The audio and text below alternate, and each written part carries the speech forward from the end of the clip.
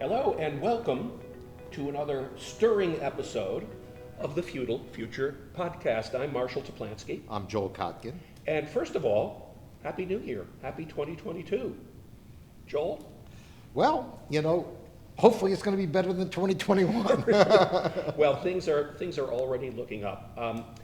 Today's episode is a very special one for us. It's about the research that Joel and I have been involved in for the past year about rejuvenating the California dream. Joel, you want to give us a little historical context about what dream we're trying to revive here? Well, this is why I think this is important to people who are not in California. In a lot of ways, you can think of the California as sort of the U.S. cube.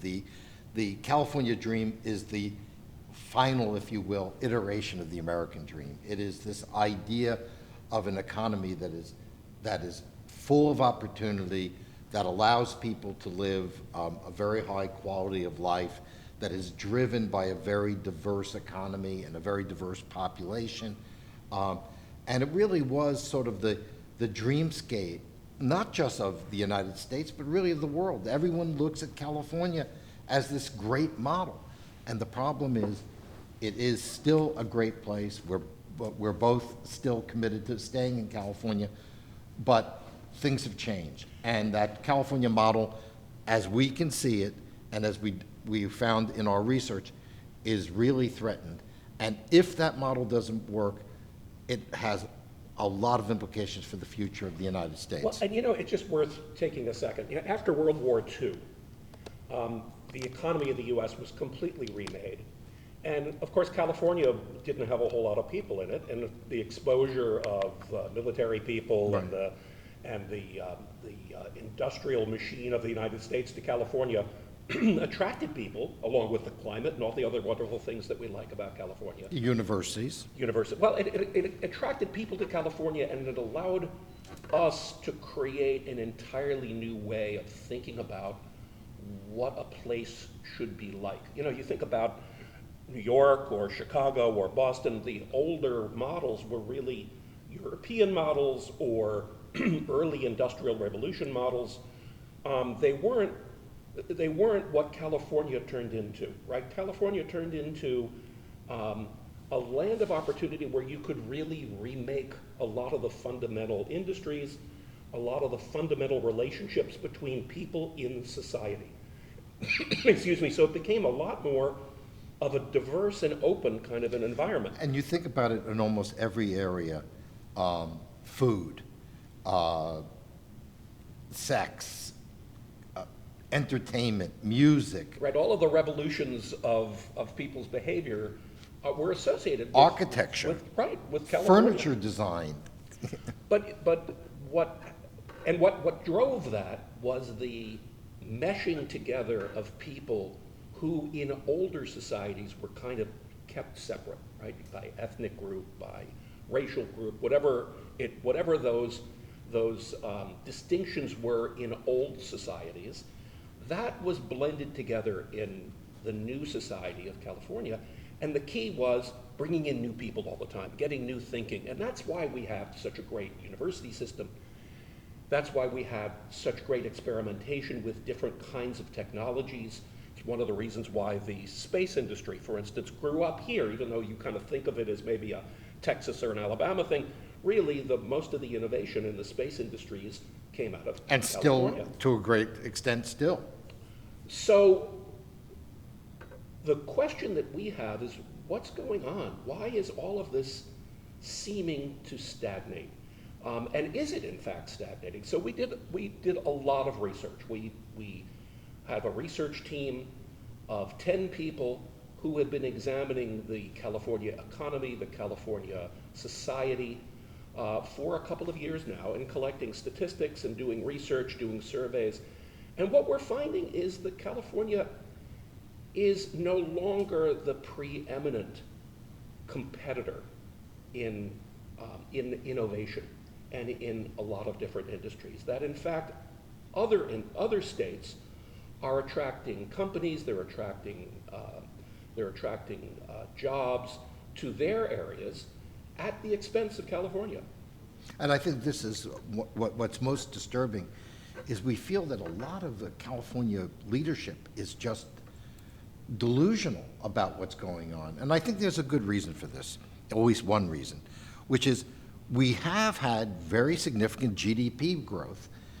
A lot of it because we have, we have 3 of the 5 most valuable companies in the world.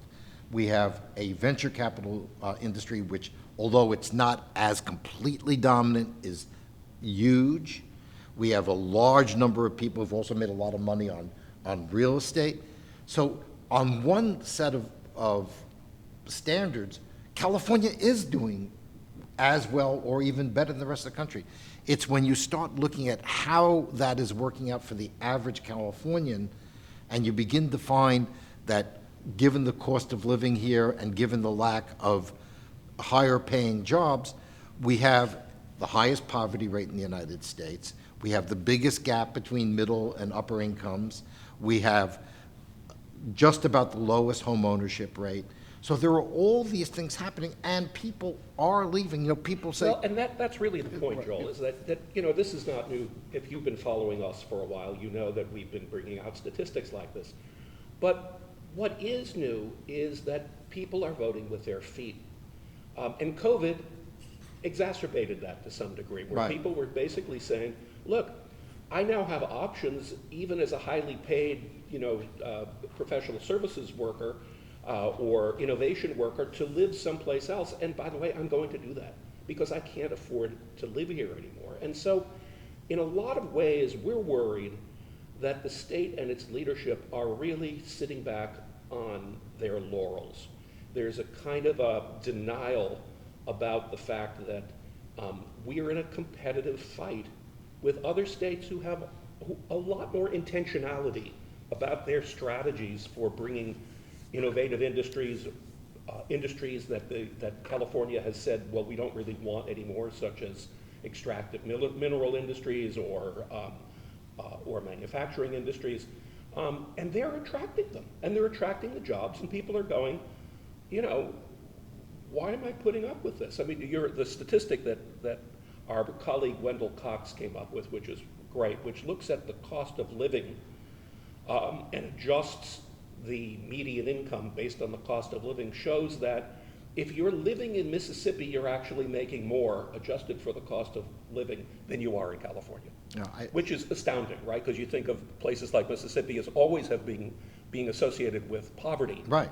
And the idea that a middle income worker or a lower income worker is actually having more in their pocket and have more spending power in a place like that than California, well, we can't ignore that. And the big thing that we found is it's not, we're not competing fundamentally with Mississippi and Alabama, and even let's say some of the Great Plains states.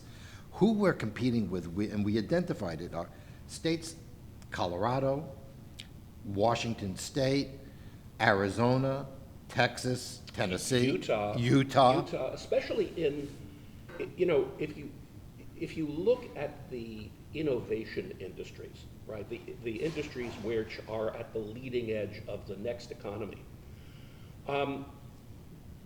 Obviously Silicon Valley and San Diego, which is doing a fantastic job, are leading, and continue to be solid in terms of leading that industry. But Texas, Utah, Washington State, Arizona, they are growing jobs and businesses on a per capita basis much, much faster than we are. We looked at job growth in particular over the last 30 years. So this is not a one-time thing. We've gone through ups and downs in the economy, so we picked a 30-year period to look at it. And if you look at per capita job growth, we're among, let's say, the 10 states that we compete most heavily with, we're at the bottom. Yep. And what is scary is that some of the biggest losses are in two very, very, very important categories. One is professional business services, which is really the biggest sector of high-wage jobs. Well, and that's where the high-wage propensity is. And and when you lose a Toyota or a McKesson or a Schwab, those are the kind of jobs that you're losing. But we're also losing in construction, in some of the warehousing, and particularly in manufacturing. Well, so the other thing, Joel, that really struck me as we were doing our research is the why. Yes. What's really going on here? And it was a wonderful set of research done at the Hoover Institution in Stanford that looked at business migration and found that it's accelerating dramatically over the past couple of years. But the number of companies that are moving their headquarters out of California to other states is growing dramatically, and the placement of new projects that hire people and bring capital in, the propensity to put that stuff in California is really way, way, way down. And it's because we have, not only obviously it's not in the financial interest of businesses to locate here or to do those projects, but the attitude toward businesses of state government is really poor in California. As we look at other states, there's, as I said earlier, there's much more intentionality, right? There's much more of a favorable ear that's being lent. And I think that when you talk to people from these other states, who, by the way, have learned from California, if you look at North Carolina, you look at Texas, you look at Tennessee, you look at Arizona, they've taken our model that we developed here in California, education system, freeway system, infrastructure in general, trying to create areas, incubate areas that specialize in certain industries. These other states have now done this, and they're doing it at a time when we think it's kind of hubristic. We think they have to be in California. You have to be in California. And the reality is you don't have to be in California. Just as New York is learning that finance can be conducted from Miami as easily as from Manhattan. Right.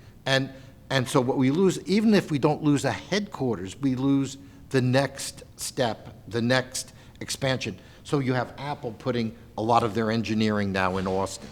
You have Elon Musk moving his company to Texas.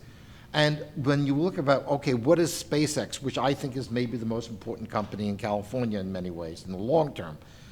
We have SpaceX, but where are they going to do most of their launches? Where are they assembling the rockets?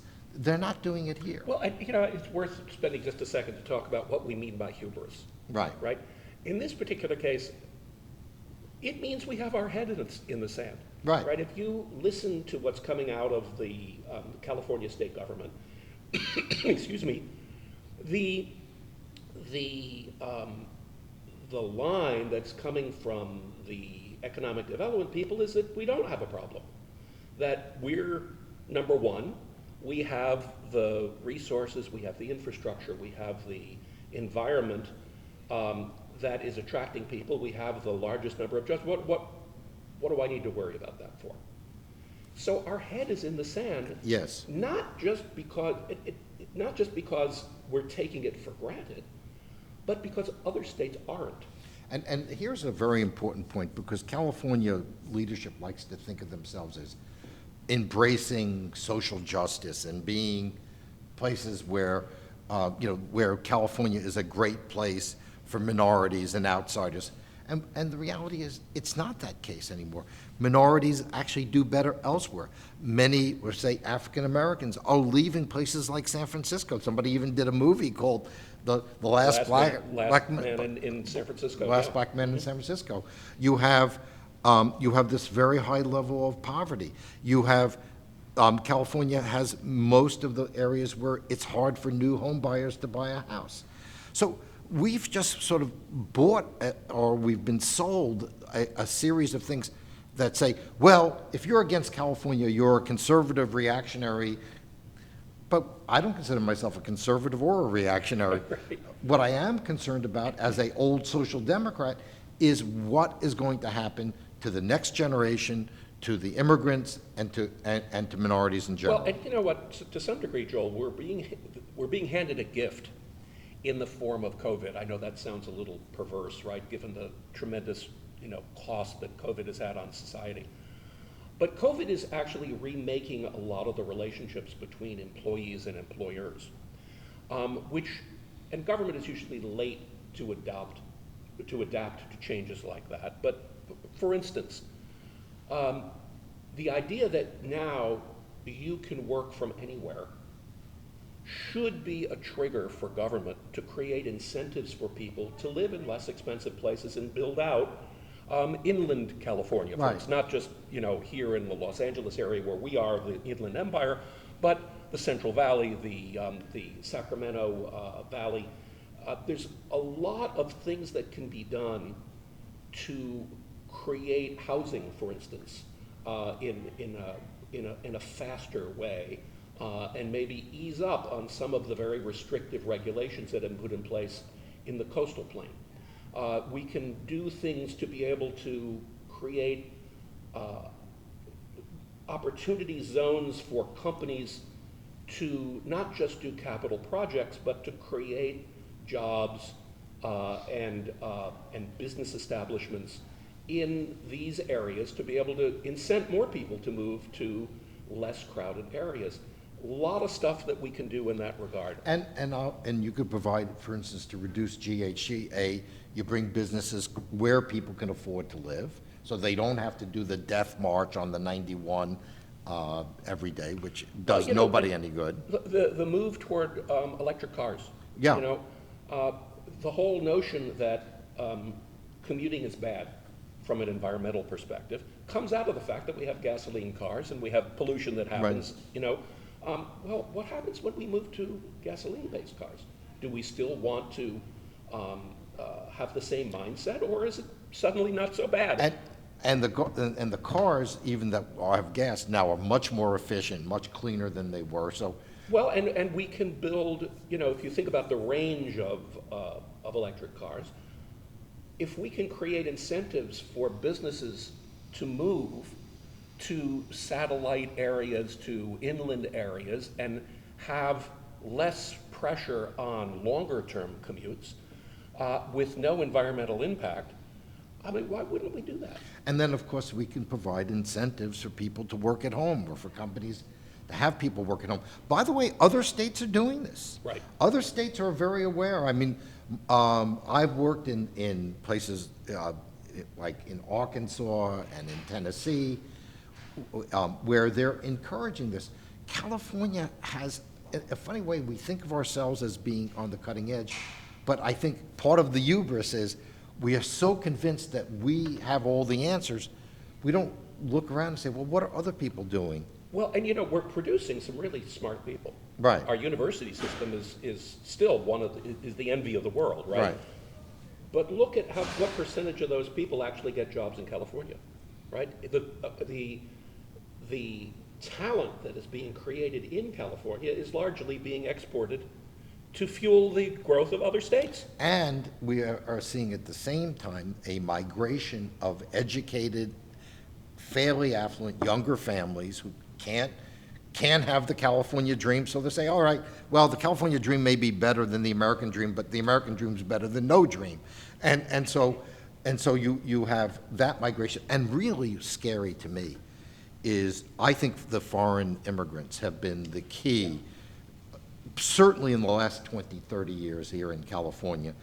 And yeah, just a quick thing on that. If you think back to what I was saying earlier about what the genesis of the California dream was, which was the blending together of people that are coming into California from all sorts of different places. Over the past 10 to 15 years, the immigration from other countries into the United States and into California in particular has been a tremendous catalyst for creating innovation. If you look at the statistics in California, our numbers are way down. yeah, other states are getting more foreign-born. Los Angeles is actually losing foreign-born population. I mean, clearly the immigrants have a network, and they're saying, for what you can do, you're better off in Texas, you're better off in Arizona, you're better off in Nevada. Well, and jobs are moving there at a faster pace. And the cost of living is lower. Right. So, although we both believe that California is superior to every state, which, I've been here for 50 years, so I can call myself a Californian. But, as we say at the beginning of the report from Satchel Paige, don't look back, somebody's gaining on you.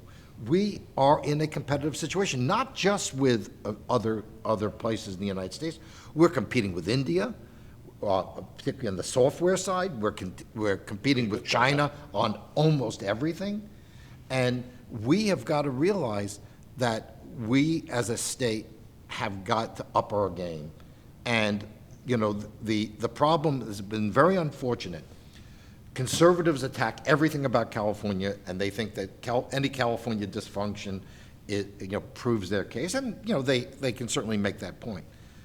Liberals or progressives think you can't say anything bad about California, or you're attacking progressivism.